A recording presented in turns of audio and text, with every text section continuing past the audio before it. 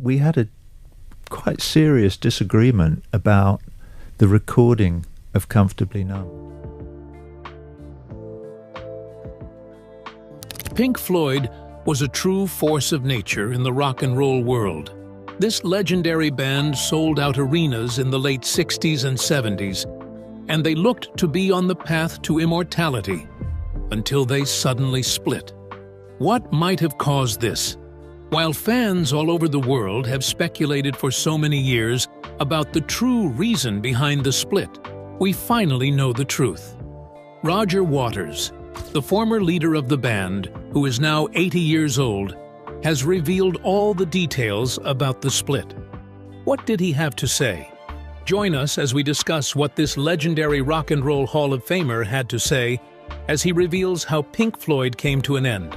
The truth will shock you. Formation and rise of Pink Floyd. Roger Waters went to London in 1962 to go to the Regent Street Polytechnic School of Architecture. For someone who would later become a rock star, this was an odd choice. However, a set of tests showed that he was good at architecture.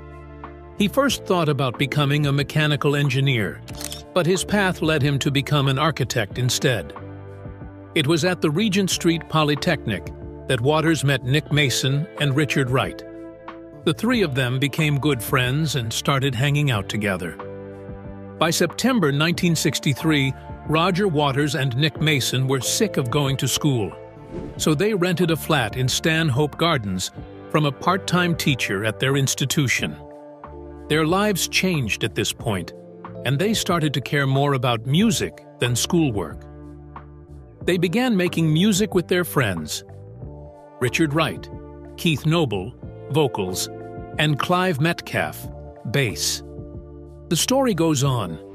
They tried out different band names such as Sigma 6 and the Megadeths, but Sigma 6 was the one they stuck with the most. Noble's sister, Sheila, would sing with them sometimes. In the beginning, they mostly played at private events and practiced in a cozy room in their school's basement. When Metcalf and Noble left to start their band, things changed. The guys who were already in the band wanted to keep playing, so they asked two new guys to join. With Bob Close, a skilled guitarist named Syd Barrett, and Waters moving to bass, the band was ready for a new start. They changed their name to the Abdabs, or sometimes the Screaming Abdabs, by January 1964. Leonard's Lodgers, Spectrum 5, and the T-Set were some of the other names they tried before they finally chose Pink Floyd in early 1966. It was a name that came from two blues musicians, Pink Anderson and Floyd Council. It quickly became associated with groundbreaking music and legendary shows. By the beginning of 1966, Pink Floyd had found its core character, and Syd Barrett was in charge. He played the guitar and wrote most of the songs for the band. Their first record, The Piper at the Gates of Dawn, which came out in 1967, showed off his skills. He either wrote or helped write almost every song on the record. One song that wasn't on the list was Take Up Thy Stethoscope and Walk by Roger Waters. Things began to fall apart, though, by the end of 1967. Barrett's mental health was getting worse, and he started acting in more and more strange ways. This made it hard for him to keep being the artistic leader of the band. Early in 1968, the band and their managers got together to talk about what would happen next. Barrett could no longer make a difference the way he used to, and everyone agreed that it was a hard choice. As part of the deal, he quit the band. Despite this sad event, Pink Floyd profited from it. Pink Floyd's new manager, Steve O'Rourke, took over overseeing the band. Syd Barrett's departure from the band resulted in the official hiring of David Gilmour to fill the void. Roger Waters replaced Syd Barrett as Pink Floyd's artistic leader in 1968. Waters was the one who could see how to steer the band's music towards his interests, which were more political and philosophical than Barrett's whimsical style. Waters and Ron Geeson worked together in 1970 to make Music from the Body, a documentary's soundtrack. It was a one-of-a-kind project that showed how ready Waters was to try new things and work in different genres.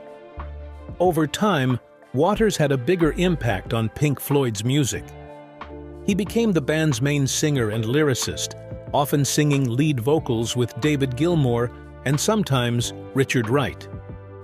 In the late 1970s, and up until he left the band in 1985, he was the artistic force behind their work. Pink Floyd's Dark Side of the Moon came out in 1973, with Roger Waters in charge. It became a big deal when Waters wrote all the lyrics for this record. It sold over 40 million copies worldwide and stayed on the Billboard charts for 736 weeks straight. It was still selling a lot of copies every week in 2005. The album is one of the best-selling in the US and the second best-selling worldwide. Waters was proud of how powerful the record was. He remembered playing it for his wife and seeing her cry. That's when he knew he had made something truly special that touched people deeply. During this time, Waters' thoughts and feelings greatly impacted Pink Floyd's music. The Dark Side of the Moon, Wish You Were Here, Animals, The Wall, and The Final Cut were all concept albums, which means they told stories or looked into certain topics. Waters' songs often talked about the price of war and how his father died in World War II. Many songs on their older album, A Saucer Full of Secrets, had this theme. It also appeared on the album When the Tigers Broke Free, at the Fletcher Memorial Home, and on the album The Final Cut, which was a tribute to his father. Waters' childhood in England after World War II greatly impacted The Wall, another famous Pink Floyd record that came out in 1979. There are themes of loneliness, loss, abandonment, the emotional walls we put up around ourselves, and the pressures of fame in the record. Millions of people liked it, which is why it's one of the best-selling records ever. It has sold over 23 million copies in the US. Pink Floyd hired Bob Ezrin as a co-producer for this big project, and the talented painter, Gerald Scarfe, to make the album's famous cover art. They also went on a huge tour called the Wall Tour, which included elaborate stage shows where a huge wall was built and then pulled down. But this success didn't last forever. Waters' departure from Pink Floyd and reunion. The last show of this tour, which took place at Earl's Court in London in 1981, was the last time Pink Floyd played with Roger Waters until the Live 8 event in 2005, when they briefly got back together. Pink Floyd's last record with Waters, called The Final Cut, came out in 1983. This album was mostly Waters' solo work, as he wrote all the music and lyrics. The album's lyrics were dark and political. He was critical of the British government and even called out the Prime Minister, Margaret Thatcher. It was hard to work on The Final Cut because Waters and the other band members, especially David Gilmour, didn't always agree on how to make music. Waters said no to Gilmour's request to put off recording so he could write some songs. It was because of this that Gilmour's name was taken off the credits, but he still got paid. The Final Cut was a critical hit, even though there were problems within the team. The magazine Rolling Stone gave it 5 stars and said it was the best work of art rock had ever made. Tensions within Pink Floyd had been building for years, and when Roger Waters quit the band in 1985, they finally burst. The artistic differences between the members were now unbridgeable, and Waters thought that the band had lost its spark. Using a clause in his contract, he publicly told the record companies EMI and CBS that he was leaving in December of that year. The breakup wasn't friendly. Waters sued to end the Pink Floyd partnership in 1986, saying that the band was no longer a creative unit that could work on its own. Funnily enough, he called them a spent force. But David Gilmour and Nick Mason, the other two members, weren't ready to give up the Pink Floyd name. They wanted to keep making songs under the same banner. This led to a nasty court case over who owned the band's name and music. Waters thought that Pink Floyd without him was an insult to their history. It didn't feel right, he said, like Paul McCartney and Ringo Starr trying to play as the Beatles without John Lennon. He was afraid that Gilmour and Mason would hire new people to write the music, which he thought would not be as good as what they had already done. The legal battle went on for a long time until 1987, when Waters and the other members of Pink Floyd finally came to a deal. After his managing contract ended, Waters kept the rights to some Pink Floyd creations, such as the idea for the wall and the inflatable pig from Animals. In 1999, Gilmour said that Waters had turned down an offer to play Dark Side of the Moon with the band at a show in London. In 2005, Roger Waters wrote about why he was leaving Pink Floyd. He agreed that it had been a bad negative time and that he had contributed to that pessimism. He said he felt bad that he had tried to put his opinions on the band's work and worth onto the other members, knowing that they didn't always agree with him. At that moment, he became aware of himself and saw how his actions had made things worse. It was a surprise when something that didn't seem possible happened. Roger Waters, David Gilmour, Nick Mason, and Richard Wright got back together as Pink Floyd for one show at the Live 8 event in London's Hyde Park in July 2005. Since their last show as The Wall in 1981, it had been 24 years since they had played together. The band played some of their most famous songs, such as Money, Wish You Were Here, and Comfortably Numb, during a powerful 23-minute set. The fans were thrilled to see the famous band back together, and it made both the band and the fans cry. Waters did say that the chances of a full reunion were low, even though the experience was good. He and Gilmour still had different ideas about where the band should go and what songs they should play. Even though Waters had planned to play a different set of songs, he decided to play the same ones for one night only. Even though there were still disagreements, the live show was a strong testament to Pink Floyd's lasting legacy and the power of their music on generations of fans.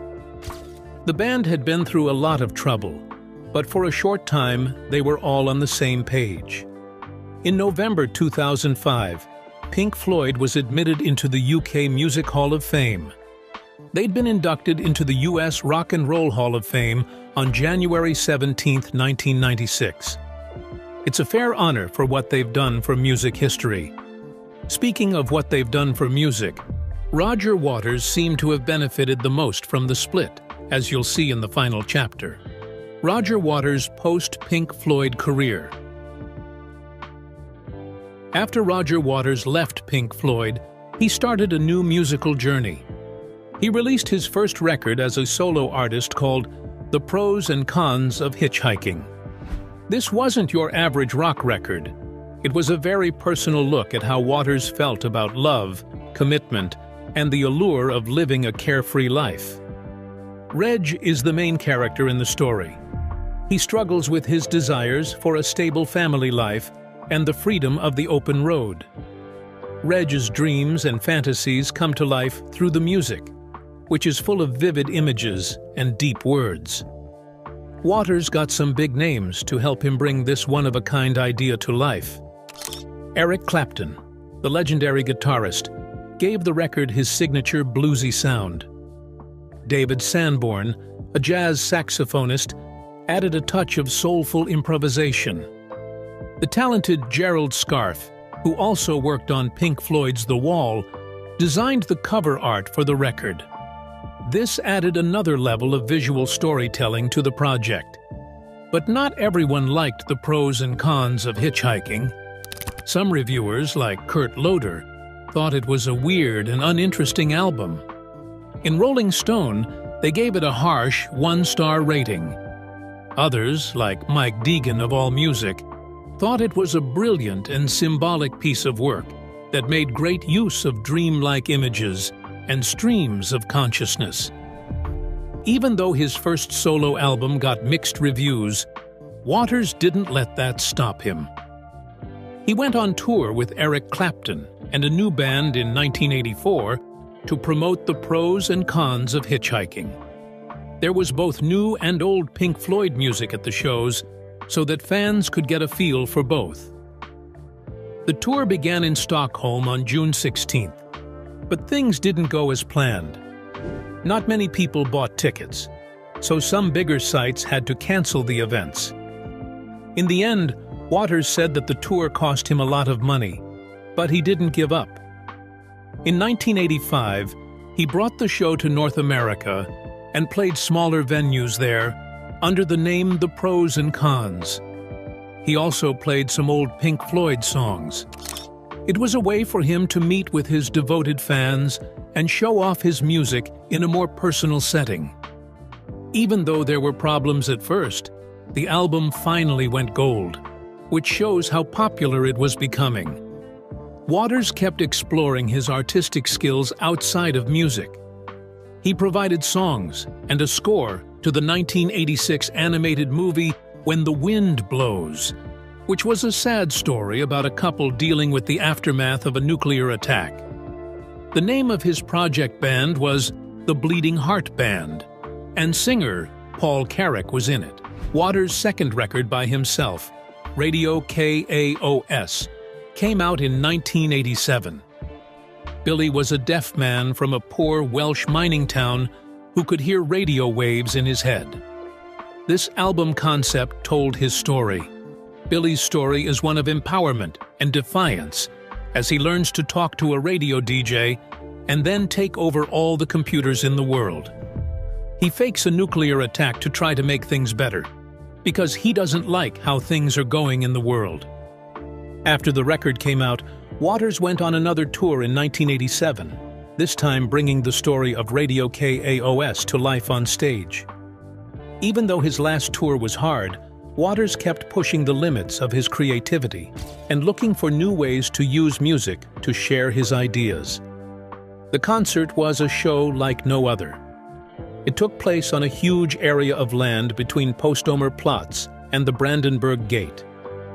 Some figures say that twice as many people showed up in person as the official number of attendees, which was over 200,000. Another amazing fact is that a massive 1 billion people watched the live show on TV. A British billionaire named Leonard Cheshire asked Waters to put on this huge show to raise money for charity, not just for fun. Joni Mitchell, Van Morrison, Cyndi Lauper, Bryan Adams, the Scorpions, and Sinead O'Connor were just a few of the famous artists. Waters got to join him. He even got the help of a Soviet marching band, an East German symphony orchestra and choir, and U.S. military planes. Both the performers and the stage setup were great. Mark Fisher created a set that had a huge wall that was 82 feet high and 550 feet long. Huge inflatable puppets that looked like Gerald Scarfe's original art for the Wall record loomed over the stage. A feast for the eyes kept the crowd captivated, and many famous rock stars were invited to the show. The partners of Waters from the past, Gilmour, Mason, and Wright, were noticeably missing. The show was a huge success, even though Pink Floyd's full lineup wasn't there. Waters later put out a double record of the show, which became a platinum seller in the US. Roger Waters was ready for a new start in 1990. He changed record companies and hired Mark Fenwick as his new manager. He also signed a global deal with Columbia. This made his third record by himself, Amused to Death Possible, which came out in 1992. As a result of the Tiananmen Square protests and the Gulf War, this album wasn't just a collection of songs, it was a powerful and thought-provoking theme album. Waters used the album to criticize the idea of war becoming entertainment, especially on TV. Amusing Ourselves to Death by Neil Postman is the book that the title refers to. That book is about how media can keep us from paying attention to important things. Waters put together a talented group of people to help him with this big project. Patrick Leonard, who worked on Pink Floyd's A Momentary Lapse of Reason, co-produced the record. Jeff Beck, the famous guitarist, played on many of the songs, and a lot of other players also did great work. Having the album made in 10 different studios shows how hard the musicians worked on it. A lot of people liked Amused to Death, and some even said it reminded them of Waters' work with Pink Floyd. Aside from The Dark Side of the Moon and The Wall, Waters himself thought it was one of his best. In the US, the song What God Wants. But one got to number 5 on Billboard's Main Street Rock Tracks chart, and number 35 in the UK.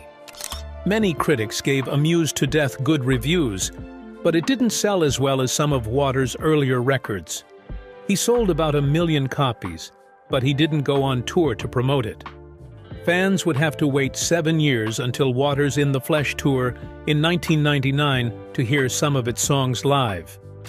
But Amused to Death made Waters more well-known as a solo act, even without a tour. He made a big, risky album that showed off his unique vision and unwavering dedication to social commentary. That year, 1999, Roger Waters thought it was time to go on tour again after a long break.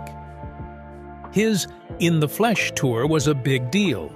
It included both solo work and old Pink Floyd songs. The show did really well, especially in the US. It was so hard to get tickets that many of the shows had to be moved to bigger spaces, even though he had booked smaller ones. The In the Flesh tour went around the world for 3 years and ended with a big show at the Glastonbury Festival in 2002. Over 70,000 people came to see Waters play. He sang 15 Pink Floyd songs and 5 of his own. Though Waters' triumphant return to the stage was great, he wasn't just thinking about traveling. Waters played a big part in making The Wall into a Broadway musical, which Miramax revealed in 2004. Songs from Dark Side of the Moon, Wish You Were Here, and other Pink Floyd records, as well as some new songs, were going to be in the musical.